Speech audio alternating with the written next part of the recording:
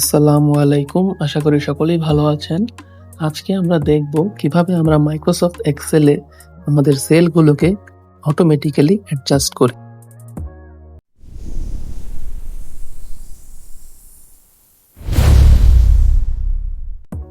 Normally আমরা যখন Microsoft এক্সেলে কোনো একটি সেলের মাঝে লিখি, তখন লেখার সাইজটি যদি আমাদের সেলের থেকে বড় হয়ে যায়, তখন আমাদের লেখাটা কিন্তু সম্পূর্ণ দেখা যায় না।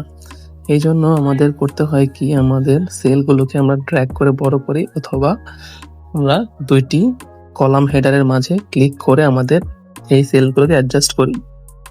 তবে আমরা আজকে একটু ভিন্ন পদ্ধতি অবলম্বন করব, যেখানে আমরা আমাদের লেখার সাথে সাথেই আমাদের এই সেলগুলো অটোমেটিক্যালি অ্যাডজাস্ট হয়ে যাবে।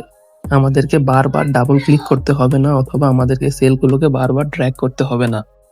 তো এটা করার জন্য আমরা শীট 1 এ রাইট ক্লিক করে ভিউ কোড অপশনে যাব। ভিউ কোড অপশনে গিয়ে আমরা একটি কোডকে পেস্ট করে দেব।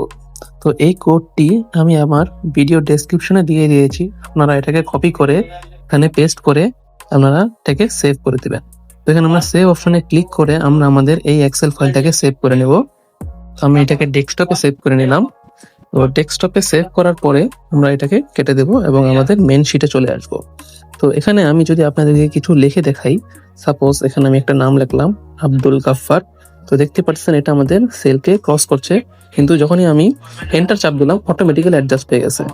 এখন যদি আমি আমার নিজের নাম লিখে দেখাই, এমডি আনোয়ার ইব্রাহিম, তো দেখতে পাচ্ছেন যখনই আমি নিচে চাপ দিলাম এটা অটোমেটিক্যালি অ্যাডজাস্ট হয়ে গেছে। এটা শুধু নাম না, আমি যদি একটা নাম্বার লিখে দেখাই, তো আমি একটা বড় নাম্বার লিখে দেখালাম, তো দেখতে পাচ্ছেন নাম্বারটা অনেক বড়। তো আমি যখন বাইরে ক্লিক করলাম এটা অটোমেটিক্যালি অ্যাডজাস্ট হয়ে গেছে। তো আমি আমার শিটের যে কোনো জায়গায় এখন যাই লিখবো না কেন, এটা অটোমেটিক্যালি আমার সেলকে অ্যাডজাস্ট করে নেবে। তো দেখতেই পারতেছেন আমি যাই লিখতেছি না কেন তাই আমার অটোমেটিক্যালি অ্যাডজাস্ট হয়ে গেছে। তো এভাবে আপনারা এই ভিউ কোডে গিয়ে আমার এই কোডটি পেস্ট করে দিবেন। পেস্ট করে দেওয়ার সাথে সাথেই আমাদের এই কাজটি হয়ে যাবে। তো আজকের মতো এইটুকুই। এরকম ইনফরমেটিভ ভিডিও দেখতে চাইলে অবশ্যই আমার ভিডিওতে লাইক এবং চ্যানেলে সাবস্ক্রাইব করবেন। সকলেই ভালো থাকবেন।